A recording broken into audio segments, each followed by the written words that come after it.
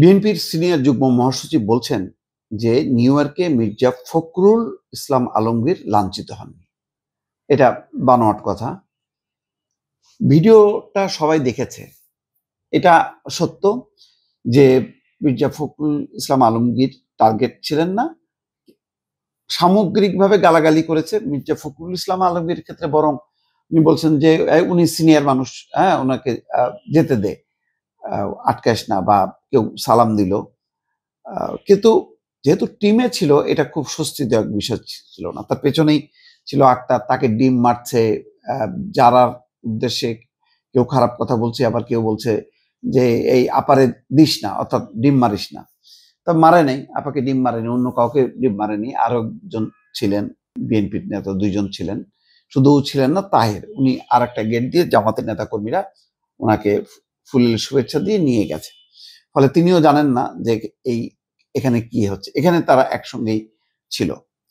তো এখন বিষয়টা হলো যে একটা টিমে যখন নাকি একজন হয়, গালাগালি হয়, হইচই হয়, এটা স্বস্তিকর ছিল না। ফলে এক ধরনের লাঞ্ছনা তো বটেই। আর এটা তো মির্জা ফখরুল ইসলাম আলমগীরও তীব্র প্রতিক্রিয়া দিয়েছেন, বলছেন যে এটা আওয়ামী লীগের এরকমই স্বভাব। কালকে তো ব্যাপক প্রতিক্রিয়া। সরকার বলেছে যে তাদেরকে লাঞ্ছিত করা হয়েছে, এই জন্য তাদের নিরাপত্তা বাড়ানো হয়েছে, দুঃখ প্রকাশ করছে সরকার।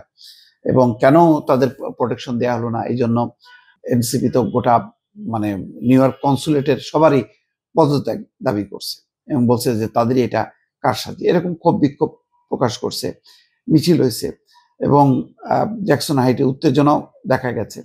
সব মিলে এটা লাঞ্ছিত হয়নি এমন বলা যাবে না। আবার আর অর্থে ঠিক যে এই ধরনের ক্ষোভ বিক্ষোভটা অস্বাভাবিক না। বিরোধীরা তো এইভাবেই ক্ষোভ বিক্ষোভ করে, রাজনৈতিক নেতারা বিমানবন্দরে বা রাস্তায় বা কোনো অনুষ্ঠানে যাওয়ার প্রাক্কালে এরকম হয়। এটা সে ট্রাম্প থেকে শুরু করে দেখেন না, লন্ডনে গেছে, হাজার হাজার মানুষের ক্ষোভ বিক্ষোভ হয়েছে। তো এই খবরগুলি যখন আসে তখন এক অর্থে তিনি এটাকে মনে করতে পারে যে আমাকে লাঞ্ছিত করা হয়েছে বা আমি অপমানিত হইলাম, এটা বলতে পারে। ফলে এটা এক অর্থে রাজনীতিকরা এটা ধরতে পারেন যে এরকম পরিবেশ কাঙ্ক্ষিত না।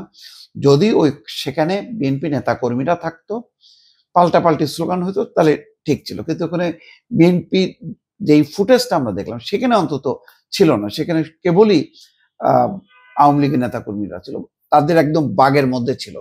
বাগে থাকলে যেটা হয়, যেহেতু তারা আমেরিকার আইন কানুন জানে, ফলে শারীরিকভাবে আঘাত করেনি বা ইট মারেনি।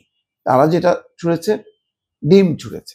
তো ডিম ছোড়া, কেক ছুঁড়ে মারা, এমনকি জুতা ফিকে মারা, এগুলি অপরাধ হিসেবে গণ্য হয় না। এটা বিক্ষোভ প্রতিবাদের অংশ হিসেবে ধরা হয়। ফলে এটা এটা কি লাঞ্ছনা বলবো? কি বলবেন আপনি এটা? এখন বলা হয় যে তাহলে বিরোধী দলের কি প্রতিবাদ করার, বিক্ষোভ করার অধিকার নেই? তাদেরও তো একটা অধিকারের ব্যাপার আছে। তো বিষয়টা একতরফা হয়ে গেছে, এই বিক্ষোভটা একতরফা হয়েছে। পাল্টা যদি থাকতো তাহলে বলা যেত না, ঠিক আছে এটা। তো এই হলো বিষয়। তো এটা আবার তিনি লাঞ্ছিত হয়েছেন, এটাও সত্য বলা যায়। আবার লাঞ্ছিত হননি, সেটাও বলা যায়।